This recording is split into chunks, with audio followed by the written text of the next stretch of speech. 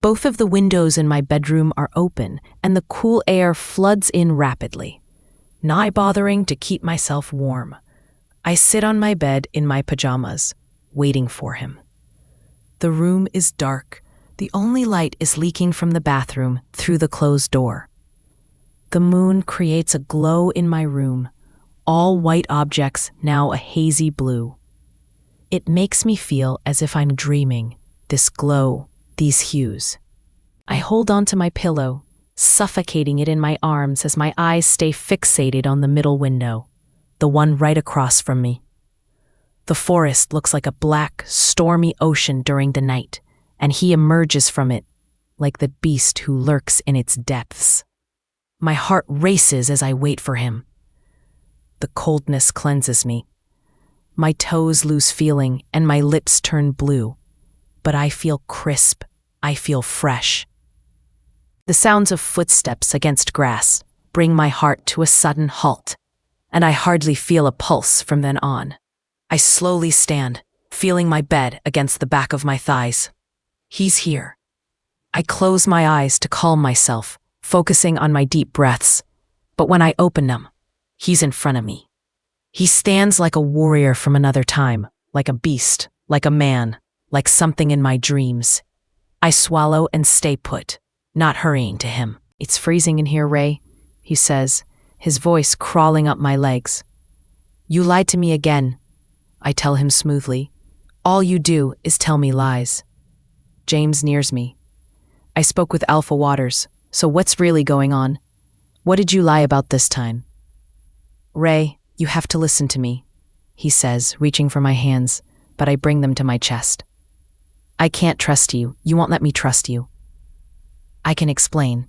I peer away from his face, wanting to feel strong again. "Why? Why did you lie about having issues with my pack?" "I did it to keep you safe." I shake my head. "I can't do this anymore. I've given you so many chances, and you just throw them away. I look like an idiot now. I'm the girl who just keeps giving in. I'm pathetic because of you." "I can explain," he says again. "So now you'll tell the truth because you got caught? Why couldn't you just give me the truth before? Why is this so hard for you? How do I even know if what you're about to tell me is the truth?" James looks distressed. "It was my father." "You can't keep blaming this on your father. You're your own person." "No, my father came to my pack." I stay quiet, letting him speak. "A few days after you went home, he showed up out of nowhere. When I came to see you, and you wanted to come back, I couldn't let you because he was still there. Your father is dead, James," I say, knowing that he lied about that too. "So he's not dead?" James doesn't say anything. "Why didn't you just tell me your father was back then? Why did you have to lie?" James runs his hand through his hair. "Because I didn't want you knowing that he was still alive. I don't want you to worry about him, ever. He is a bad man, Ray. He does not know that you exist. I don't want him to. I wanted the both of you to be non-existent in each other's worlds." "He doesn't know I exist?" I ask. "No," James says strongly. "And it's not because he doesn't want you to have a mate. It's not because you still want to impress him." James grabs my hands, feeling like cool skin against his warmth. "No, it's because I don't want him to come near you. It's safest if he believes I don't have a mate." "What about her?" I ask readily. "What do you mean?" I stare directly into his eyes. "Were you with her? Was she there? Is she there?" James' brows furrow. "You would have felt it. How do you?" "Because a few days ago I felt something." My mind shoots to when Noah kissed me. My throat runs dry, and I struggle to find something else to blame him for. I'm still upset that he lied to me about Alpha Waters, but he wasn't with her. Am I really going to fight with him over a lie that kept me safe? Does it bother me that much? It stings a little, but I hate myself for being able to understand it. Did I think that his father was still alive? I don't know. That definitely wasn't on my mind. "Noah kissed me," I tell him. James nods, backing away. "All right, if that's what you want, then I won't stand in your way." I watch him as he watches me, waiting for the next few words to slip from my lips. It wasn't that way, I explained calmly. He thought our relationship was something more than it was. I didn't know that he was going to kiss me. I pushed him away, and he left. James nods again. My father left this morning. I don't think he'll be back for a while. I'm worried that I'm making another mistake. He places both his hands on the sides of my arms. I know it may not seem like it, but I'm trying. I really am. I know it looks like mistake after mistake, but everything behind them has been genuine. I can't say that I know what I'm doing, because I don't. I want you to be happy, Ray. That's all I know. I'm trying to get better at that, making you happy. I know you can't trust me, and I'm not asking you to. Whatever you decide, I will stand behind. I just can't carry on if you think that I haven't tried. My eyes drift away again, knowing that if I keep looking at him, I'll give in to something much more. What can I say? He lied to keep me from his father. He shouldn't have lied, but it wasn't because he was with her. It wasn't because he wanted to keep me here. It was for me. I want to believe that it was wrong, every part of it. But that's not true. You've been trying? I ask. James gently brings my eyes to his with his fingers under my chin. I have, but keeping someone safe and happy at the same time is more difficult than I thought. But I'm getting better. I'm trying to learn from my mistakes. His hand falls. My plan of breaking our bond has been tossed away, hasn't it? I'm not going to tell him to reject me, but I need a test run. I need to proceed cautiously until I know what he's saying is the truth. I need to test him. It's the only plan that doesn't make me feel pathetic. So you're going to take me back to your pack? I ask. If it's what you want, I'll bring you back. I nod, drifting off to my bed, sitting down. If he does one bad thing to me, I'll give up. I'm going to promise myself that. I'll go back to his pack to see if everything has been genuine as he says. I'll talk with the hallway ghost as well, I think. Teresa and Gail also. And his beta, Will. I have a right to investigate. Okay then, I want to go back, I tell him, feeling secure with my sudden plan. He nears me, sitting down beside me. You're sure? He asks. Yes, I'm sure. My eyes get knotted with his, and I find myself in a trance. Internally, I'm yelling at myself to not give in, so when he draws close, I look away. If I give in now, I won't be able to make a fair judgment. We'll go in the morning, I say confidently. I'm gonna need time to get some things packed and say goodbye to my mother. James nods. Satisfied, I also nod. I'm gonna get some things together now. You can lay down. How will we be getting back? I brought a car this time. People know I'm here, James says. No sneaking away? Well, now that my father's gone, I'm not worried about causing suspicion. He's a smart man. He's not afraid to question. Okay, I take a deep breath. Get some sleep. I'll wake you in the morning. I grab my bag, the same one I used the first time, and I start to fill it with clothes. Once that is full, I grab a smaller one to hold toiletries and other odds and ends. The diary fits in there nicely, and I top it off with different books and my iPod. I lose track of time and find it to be 2 a.m. when the bags are stuffed full. My eyes wander to my bed to see James in a deep sleep. He looks relaxed, less intimidating. I close the windows and cover him, but I don't gain the courage to get in with him. This isn't like last time. This is different. Instead, I close the bathroom door behind me and lock it. Once naked, I turn on the shower and let the heat warm up my toes. The small space fogs up quickly, to the point where it is hard to breathe, but I don't get out for another 20 minutes. As my head starts to hurt and the room spins, I shut off the water and towel myself before opening the door. James is still there, asleep. The chilled air of my bedroom clears my head, and I slip on clean pajamas. For a minute or two, I contemplate sleeping next to him, but eventually end up in the guest room. I don't sleep much. I wake up many times throughout the remainder of the night and find it difficult to fall back asleep.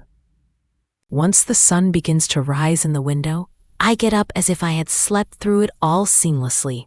There is some odd energy fueling me. Possibly excitement. Possibly excitement due to the fact that my mother is going to not only come in contact with James, but hear that things between us are not in ruins. It is my strike back to her plethora of hits on my role as a Luna. Well, I'm not actually a Luna, but it will still feel good. When I hear my mother downstairs, I tiptoe to my bedroom and slip inside, finding James to be still sleeping. He must never get to sleep in, I suppose. I softly place my hand on his shoulder. James, it's time to get up. When he doesn't react, I tap. James. When he shifts a little, but his eyes don't open, I squeeze his arm, feeling his muscles, then swiftly letting go. He breathes in air and sounds as if he's coming back to life.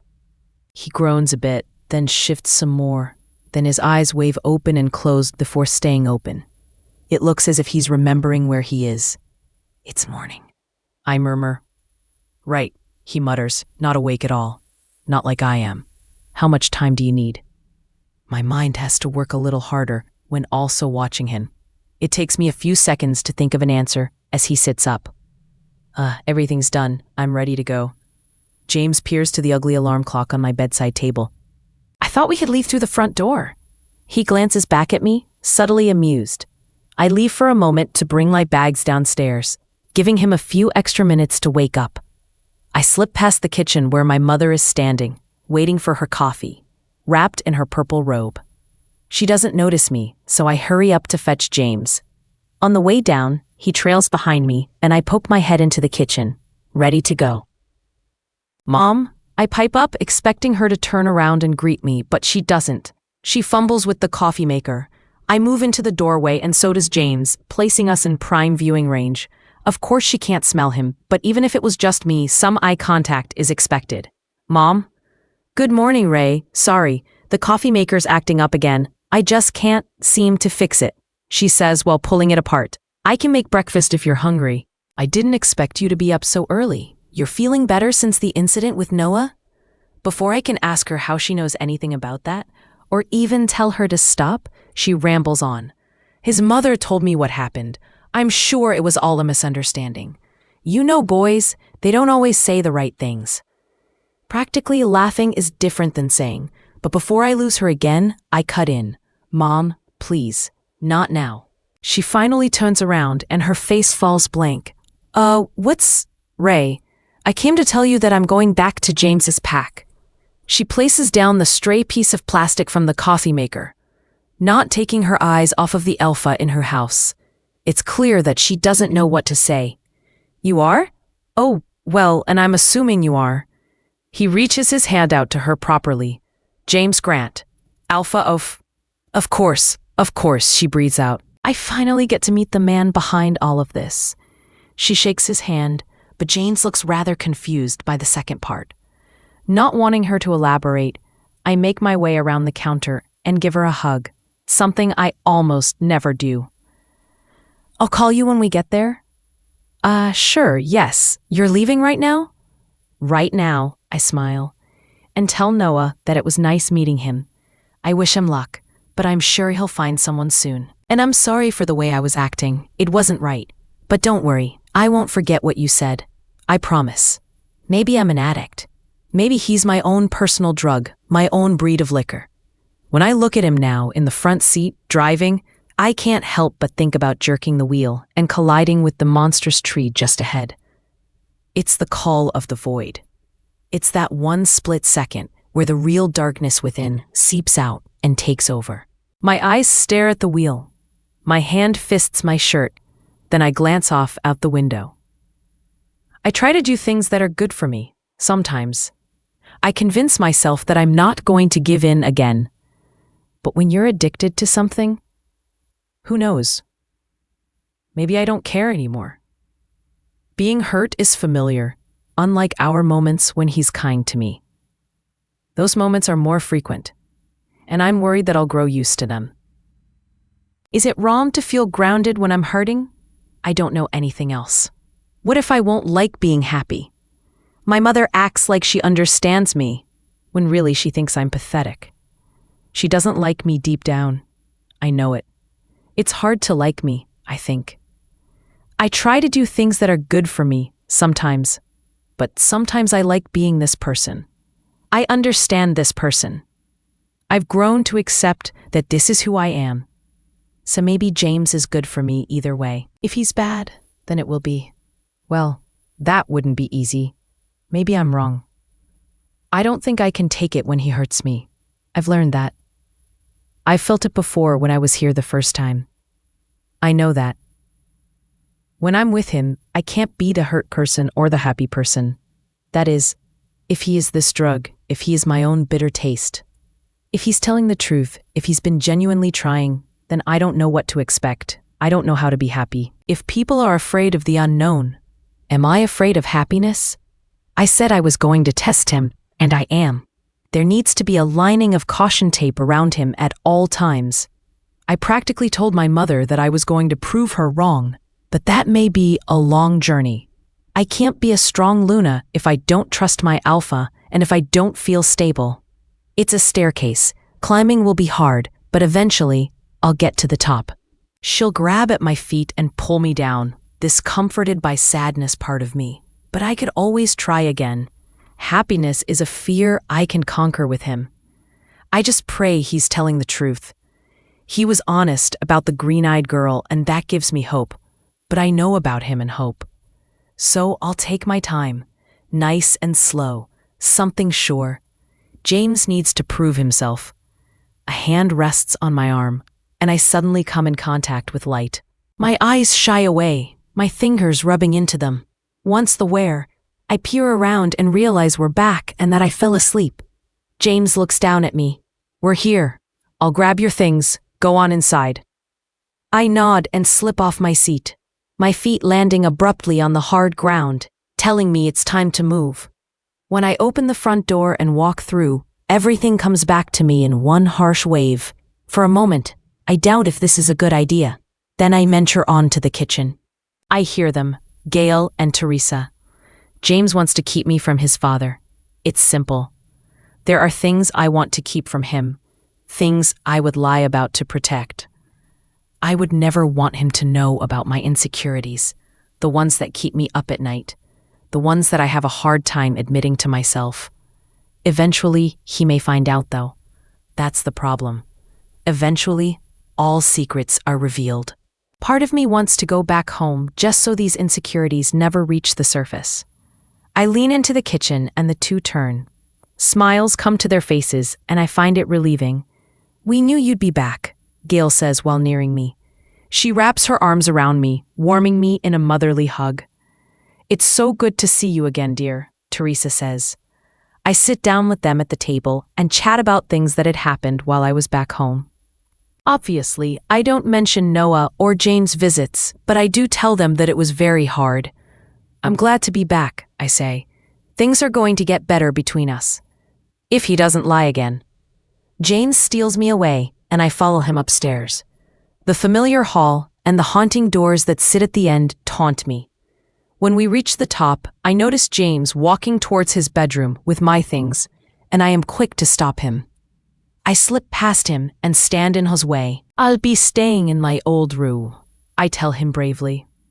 I do understand his assumptions, though. We did lay together that one night, and he did sleep in my bed last night. His free hand loosely grabs mine. I would like it if you stayed with me, so I know you're not off in the forest in the middle of the night. I let my hand drop. Not yet. Not until I can trust you. Then at least promise me you won't leave the house past 12. I just want to know that you're safe. I take a breath and compromise, wanting everything to go smoothly. Okay. James leaves my bags on the bed before giving me some time to get settled all over again. The bed still smells of roses, and I feel somewhat at home when laying in it. I place my books back on the shelf, along with the diary, and find the phone to be still hooked up on the bedside table. The bathroom has my half-used hair products still in the shower, and I wonder if anyone has been in here since I left. It seems to be untouched. Once all of my clothes are put away, I grab my iPod from the side pocket of the bag. It accidentally slips from my hand and falls to the floor, tumbling under the bed. I get on my hands and knees, peering underneath to find it, and I see it resting beside something dark. My hand swipes my iPod out first before grabbing at the piece of fabric. Right when I pull it out, his scent bleeds onto my hands and crawls up my arms. It's James's shirt. He's been in here.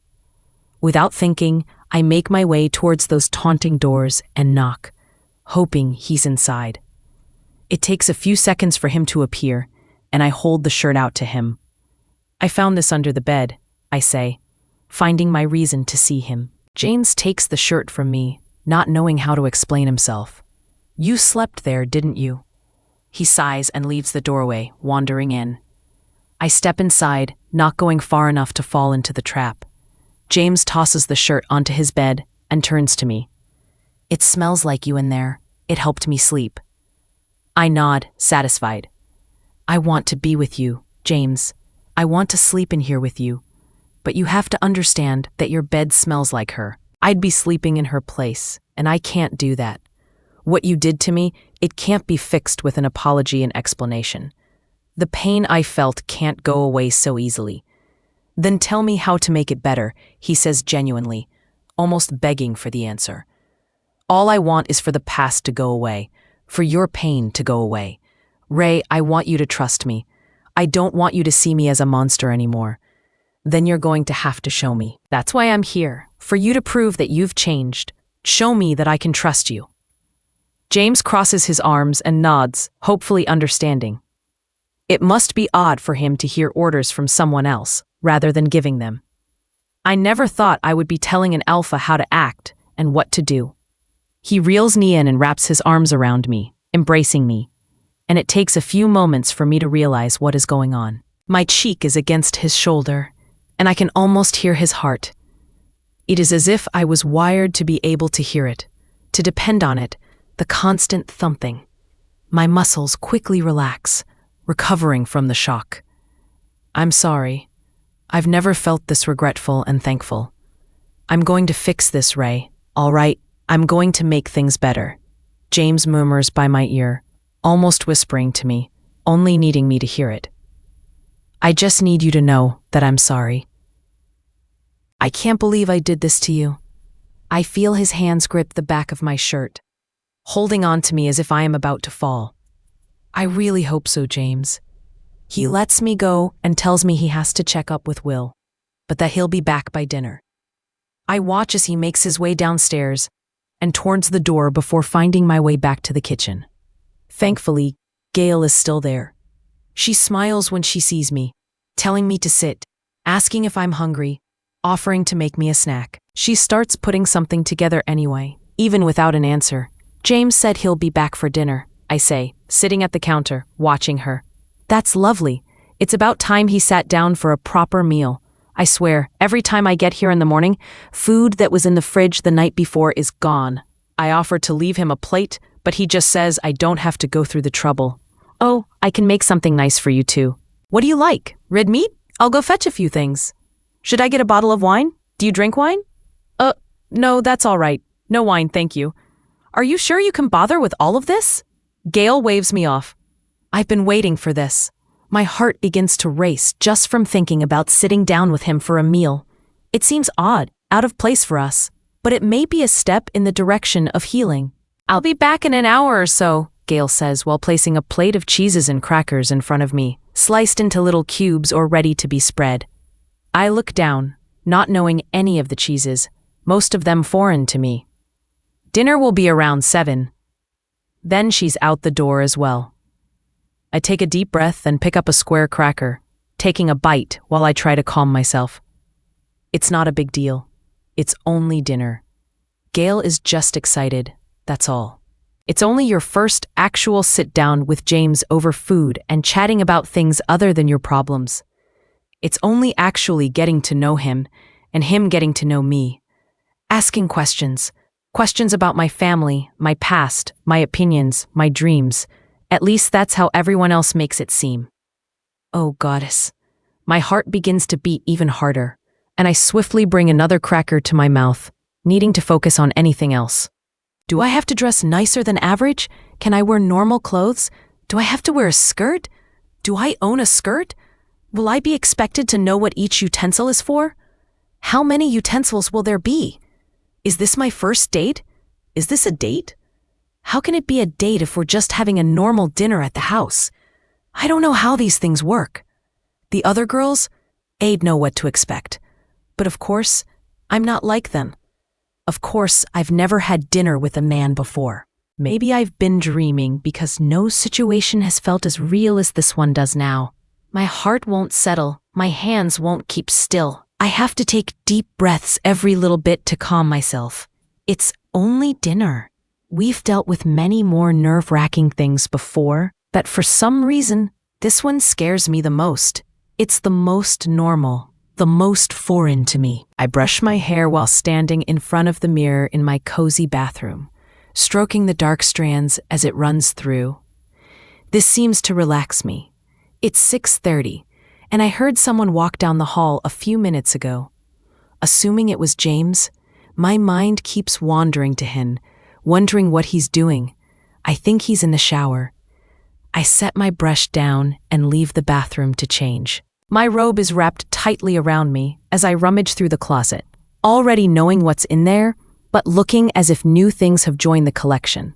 My shaky fingers tug at dresses, nice pants, blouses, and pull down a few. I set them on the bed to try things on. Before letting my robe drop to the floor, I close the shutters and lock the door. First, I shimmy on a dress. I check how I look in the mirror on the back of the door.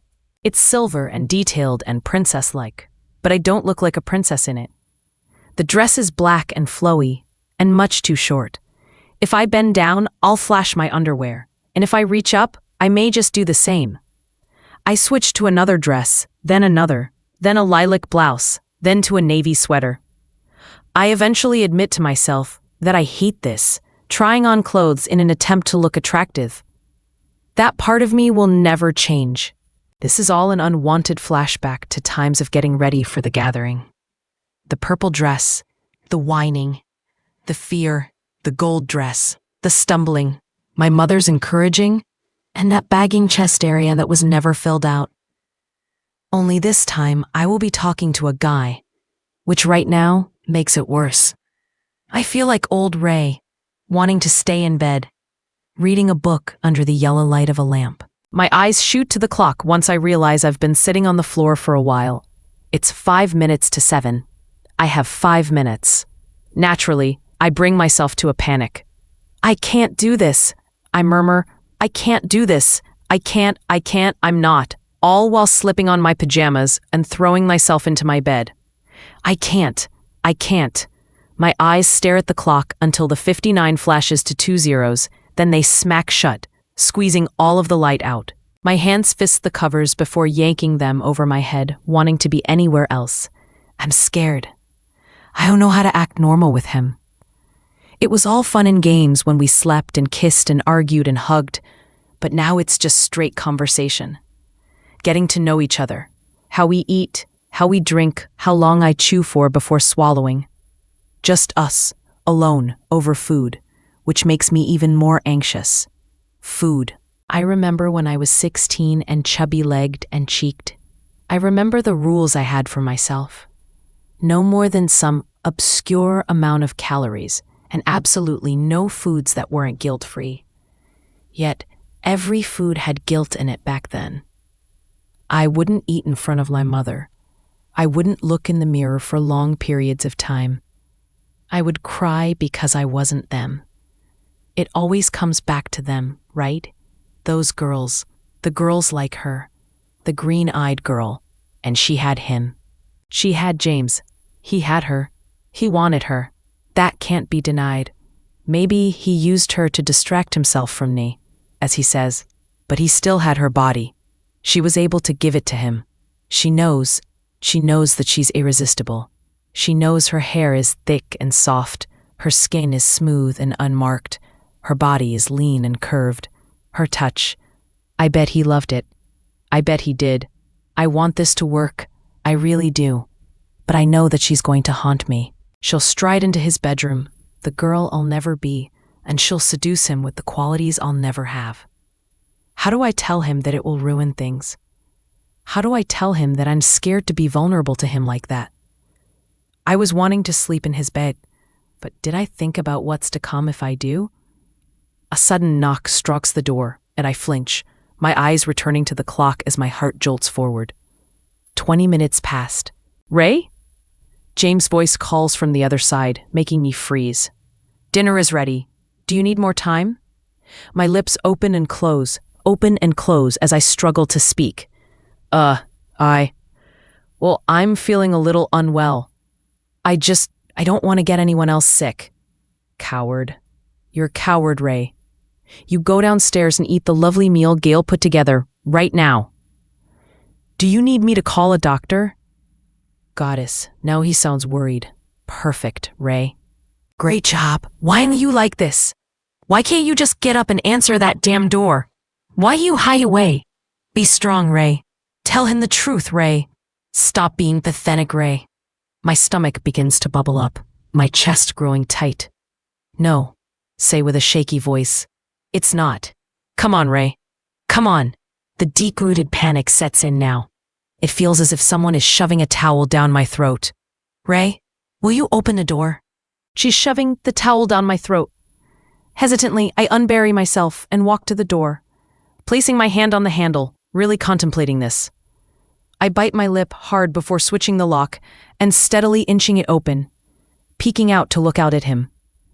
I'm sure my cheeks are red and my pajamas look scrambled, but I let out a little smile. Hi, I mumble, wiping away all the encumbering thoughts that were tangled in my head just moments ago. Some things get easier with time and practice. James' eyes wander past me, finding the visible pile of clothes on the floor and scene of panic. I inch the door closed, just enough space for my body. His eyes return to me.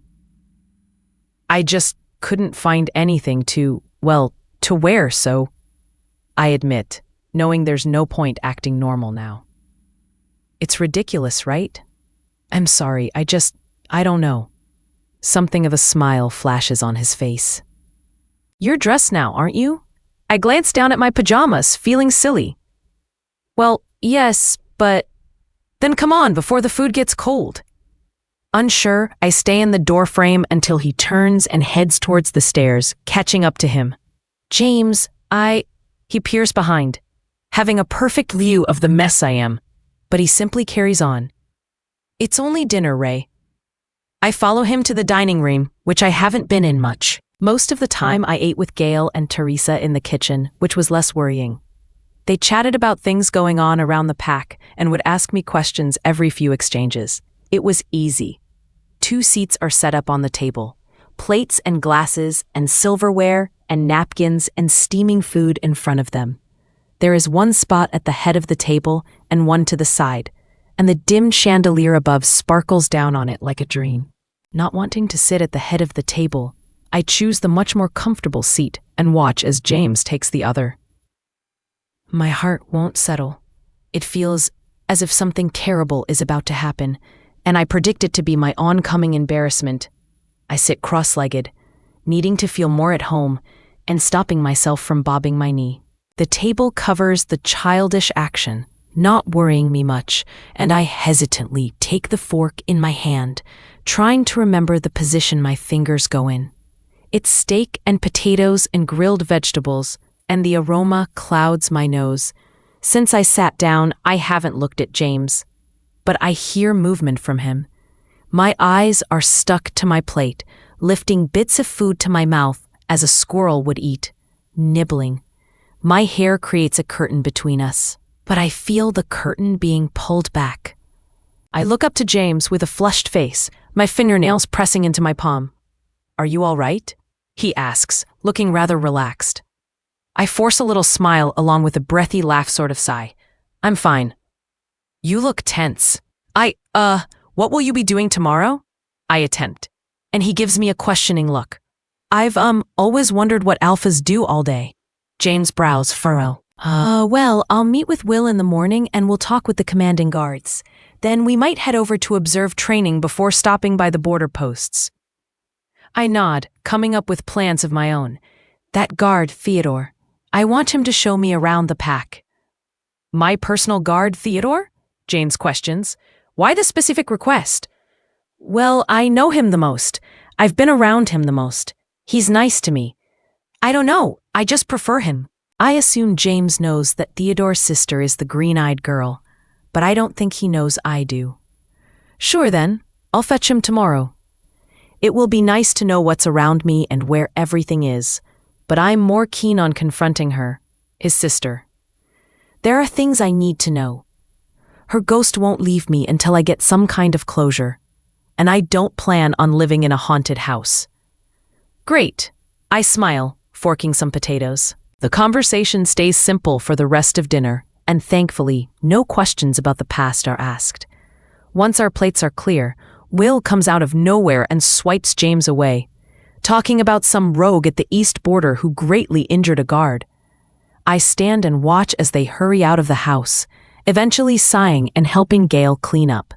Is everything all right, you think? I ask while bringing the glasses from the table to the sink. I'm sure everything is fine. It is not too unusual, I'm afraid, she assures me while taking the glasses from me. Is it normal for him to leave a lot? I say quietly. Well, he is the alpha. I suppose that comes with many responsibilities. I roll my eyes playfully at her sarcasm. I know. After everything is cleaned up, I head upstairs and run a bath.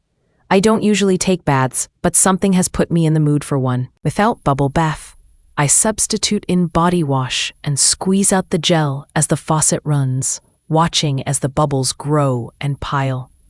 I lower myself in and graze the bubbles with my fingers, poking and smashing them between my hands. Light pours into the bathroom from the bedroom, giving me a romantic glow. There is a candle on the counter, but I have no matches or lighter to light it. But this will do. I close my eyes and enjoy the warmth, wanting to feel as relaxed as James was. I think of him as the water caresses me. I wonder what he is doing. I wonder what he is thinking. I hope he is thinking of me. I hurry downstairs after hearing James call for me, saying, Theodore is here. Turning to the foyer, I find the two talking, but they don't seem to notice me. James is saying something quietly, sounding quite serious. Not knowing if I should interrupt, I hang back and drift closer, hoping someone sees me eventually. I watch as James places his hand on Theodore's shoulder. Understand? Theodore nods and his eyes find me. He motions and James turns around. Are you ready? James asks as I walk in. Theodore opens the door for us, but just as I make my move to walk out, James holds me. I look up at him with a smile.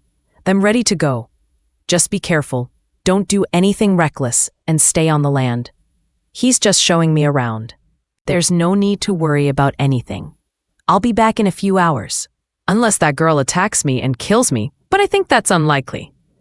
I hope she isn't some skilled fighter or hot-headed monster hidden by the body of a pretty girl. All right, I'll see you later then. Bye, I say and follow Theodore to wherever he planned to go first. But just as I hear the door shut, I spill. We're not really going around the pack. Theodore looks back to me. What do you mean? That's what we're doing. No, not anymore. I need you to take me to see someone. He stops and turns around, facing me with crossed arms. No, I'm taking you around the pack. That's what my alpha said, so that's what we're going to do. I'm not including myself in your schemes. Schemes? I say, almost laughing. What? So you think I want you to take me off Packland? No, Theodore, this person is a part of the pack. I don't care if they're on a different continent or right in front of us. That's not what we're doing. What you do on your free time without me is your own business.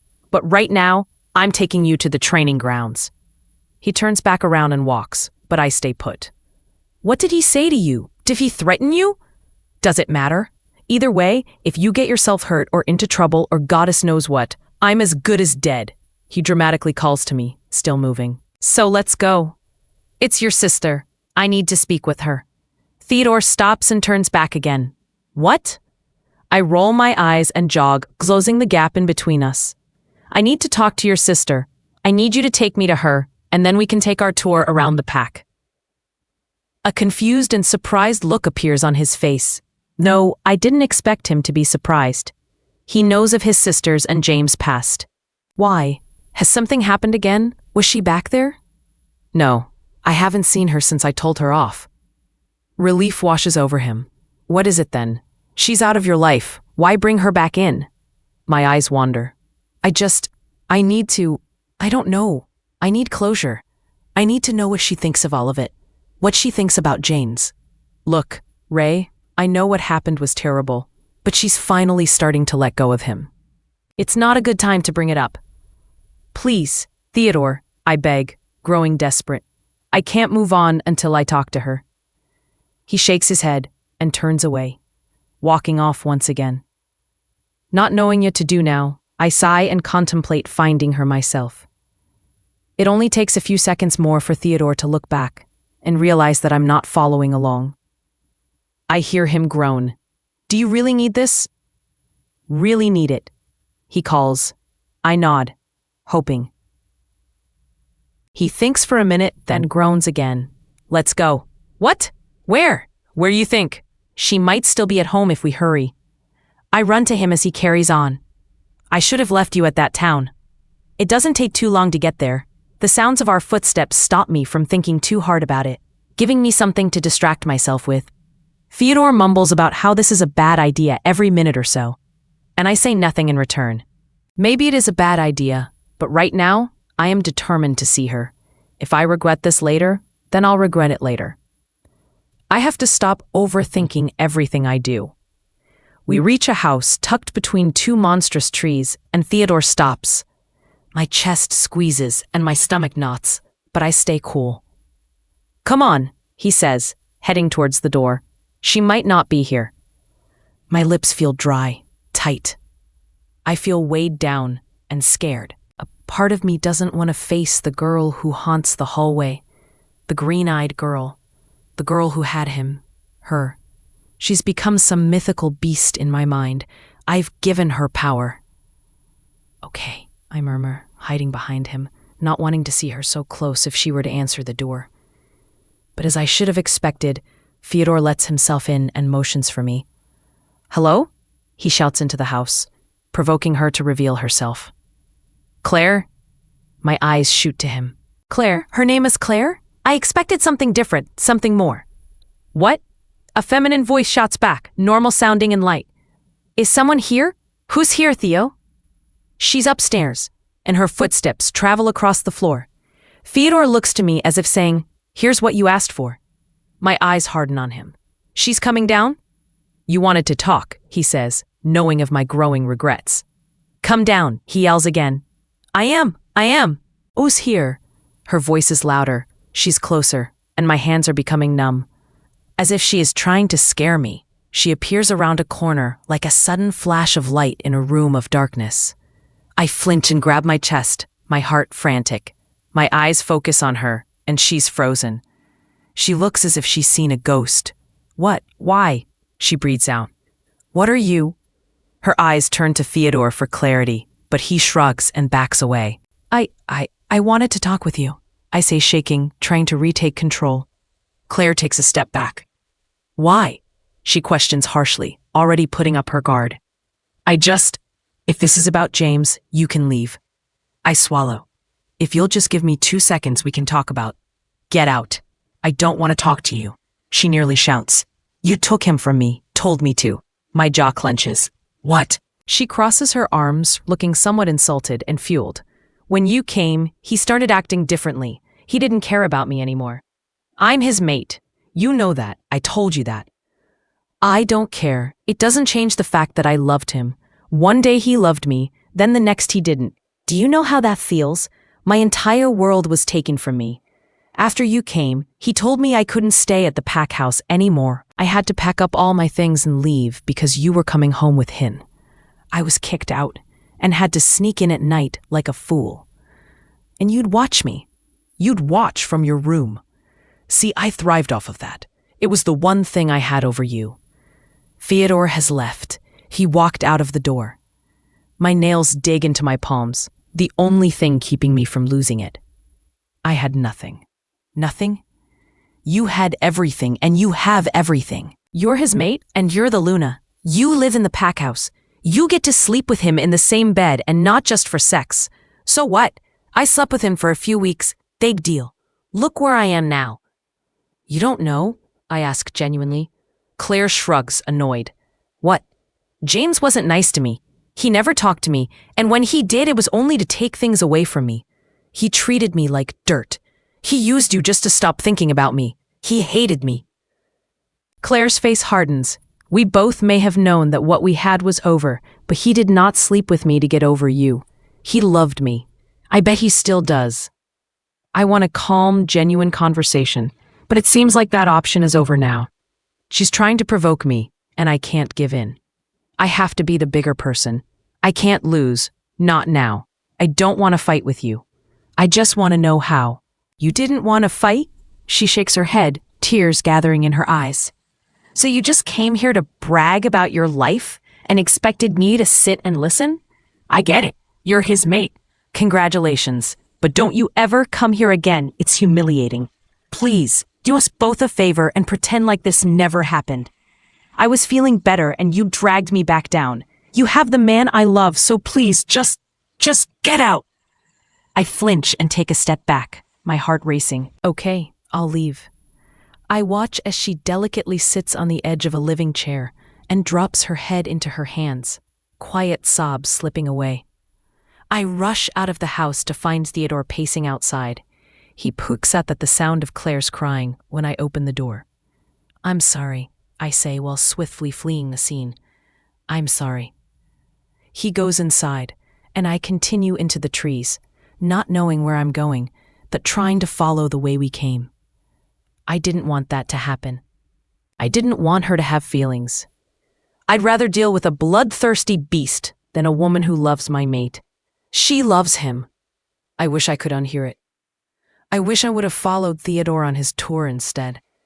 That girl has feelings. She has a past with him. Why didn't I think of this before? Why couldn't I think of her as someone more than a mistress? Did James love her? Were they a couple? Can I believe him if he denies it? Confused and now lost, I walk in a random direction, knowing that I'll either end up at the pack house or at the borders. A guard could help me find my way back, though I shouldn't have left Theodore. I'll make sure he stays safe. I'll make sure James knows this was my fault. Why couldn't she have stayed as a ghost? Why did I have to go searching for closure? She lived there. She slept with him every night. She's a person. A real person. After wandering around for nearly an hour, I ran into the border and told a guard that I had gotten lost. After convincing him that James is my mate, he led me back to the pack house. Now we wait standing at the door for someone to answer. Thankfully, Gail opens up and looks at me, then the guard. What are you doing back so soon? I thought Theodore was taking you on a tour around the pack grounds. Before I can speak, the guard asks authoritatively, You confirm that this young lady is mated to Alpha Grant? Gail pulls me in. Yes, she is. You can go now. Come on. She shuts the door and I drift into the kitchen where Teresa is. Gail follows behind me. You're back early, Teresa comments. Where's Theodore? I left him. Gail places her hands on her hips. What do you mean you left him? I ran from him after making his sister cry, I say and sit myself down on a stool. I got lost. That's why a guard had to bring me back. You made his sister cry? I sigh and turn to face them. His sister was James' lover. I just wanted to talk to her. But she started yelling at me, saying she loved him, that I took him away from her, and shouted for me to leave. So I did. I don't know. I panicked. Now why would you go and talk to her in the first place? Gail asks, walking around the counter. I wanted answers from her, and I got them. But now I want to give it all back. It was better when I didn't know. Gail says genuinely. Some things just need to stay in the past, dear. I nod and slip off of the stool. I need to think things over. I head upstairs and close my bedroom door behind me, facing the room with a new perception. In her mind, I probably did come out of nowhere and wreck everything she had built. I couldn't imagine what it would feel like to love someone one day and be dropped the next. I wonder where her mate is, if he's dead like Noah's, or if she just hasn't found him yet. Doesn't she look forward to that? Finding her mate? Maybe Claire is capable of loving beyond the bond. We're different, Claire and I. She seems like a passionate person, someone who falls in love hard when they do. She may have taunted me from the hallway, but maybe she deserved at least that. I couldn't imagine James abandoning me for someone else now, right when we seemed to be getting places. But could he? I like to think that I'm different because I'm his mate, because I can give such pleasure with a simple touch. But am I? If the bond didn't exist, would I be another Claire in his eyes? I don't want a normal love with normal pleasures. I want the exclusive one, the one that's exclusive to James. I want the deeper, more engulfing love, the love that brands my heart and makes my toes curl. Noah would have never made me happy because I want more. Is it wrong to want more? Is it wrong for me to crave something I thought I could never have? I reach for Juliana's diary, but promptly remember that I had finished it. I'll have to grab the next years from the blocked-off room, but I'll ask James first this time. Now that I know of Juliana's end, I read more carefully, pointing out the signs and convincing myself that I don't act the same way. I'm waiting for the entry where she talks of James' conception. I'm waiting for her to sound truly happy. Wishing I had gone on the tour with Theodore, I leave my bedroom, looking for some form of entertainment. At least he would have distracted me for a few hours with training grounds and meeting people and housing. That sounds better than laying in my bed until another chance at establishing a position comes to me. If I'm going to be mated to an alpha, I may as well have people know me as their Luna. I'm tired of guards doubting me. Maybe I'll tell James to spread the word that he's found his mate. It's time. I close my door behind me and stare ahead at his two large ones. I hear Gail and Teresa downstairs in the kitchen, so I begin my act towards them, playing Claire. She's quiet and stealthy, so I sneak down like a hunting lioness, my steps careful. But I also peer back at my door. She'd always peer back at my door, I think, hoping I would be watching. Like Claire would, I grip the door handle and open it just enough to slip inside, and I do. I drown myself in his scent and fall back with the door, facing his room like I'd face my own. I'd see him there, on the bed or leaving the bathroom. James would welcome her with some charming or dark look, and she'd climb onto the bed, so I do. He'd stalk towards her, but I'm going to forget about her, so he'd stalk towards me. Claire no longer matters. She's right. I am the Luna. I am his mate, and she's not. I have the power. So here I lay, on his bed that is my bed, and he'd near me, the woman he'd serve, until he is forgiven. That's what I'm doing here, right? Waiting until he makes up for all he's done to me. I have power over him. That was his mistake, I suppose. He hurt me, and he gave me power. I spread my arms out amongst his bedding and wrinkle it to my own desires. He'd stand at the foot of the bed. He'd watch me with lustful eyes like a fresh kill. I'm served on a silver platter, aren't I? Untouched. I can't tell myself that I'd preserved myself for him, though, because it's just not true. But I am exactly that, untouched. It just gives me more power now, doesn't it? He must love that his mate is only for him, and will forever be only for him. She may have had experience, but I can give him so much more. Not only will my body be his, but I'll carry his children, and imagine the power that comes with that. James is alpha. No, I am the alpha. He needs me. and he'd lay on the bed, and I'd stand before him. I'd climb over him and he'd ache of anticipation. James would beg for me. He'd beg for just one soft touch. Ray? My eyes shoot open. Yes, I call frozen. His footsteps near the bed, and I immediately sit up when I see him standing before me. James watches me carefully. Ray, what are you doing? I improvise. I thought you wanted me in here. Am I not allowed to be in here? His eyes intensify. Of course you can be in here. It was just unexpected. Well then, I guess I can explain why I'm home already. No, he says, sitting down on his bed next to me. Theodore already explained after his apologies. He said that you ran off while he was distracted, and he couldn't find you. Oh, well, I was going to tell you that it wasn't his fault. James sighs. Why did you run off? Was something wrong? Did he do something to you? No, not at all. I actually asked him to take me to see someone instead of on a tour. I explain, staying true to my defense for Theodore. I asked him to take me to his sister. Jane's muscles tense and he looks away. You wanted to talk with her, he mutters, probably hoping this day would never come. I discreetly run my bottom lip through my teeth before asking the daunting question. Did you love her? Jane's eyes find mine. I thought I did. Are you done with her? Completely. I nod and grab his hand, squeezing lightly. I told you the truth, James, and I expect the same back, so I'm going to believe you. If I find out otherwise, I'm done here. James shifts, now facing me. Will you tell me why you were laying on my bed now?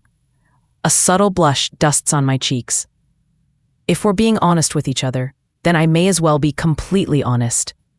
So I lean forward and bring my lips deftly close to his and look up into his eyes. James' fingers trail down my jaw before getting a good grip. Then he brings his lips to mine in short, passionate kiss, as if we're sealing the deal. The sensation wraps around me, and my brows furrow, not understanding why it has to be so short. And I bring our lips together again. And while we immerse ourselves in the addiction, I hardly take my lips from his. No one else, James. I move closer, needing to be closer, and he suddenly brings me on top of him, onto his lap. My heart races and a gasp escapes me as we enter a new realm, one that I'm not mentally or physically ready for. Each of my legs is on either side of him, and his hands grasp my waist. And I pull away from his lips, my face hot. My hand rests on his chest like a stop sign. I look down at his handsome face, and for a moment, wonder how I got here. Not yet. I breathe out.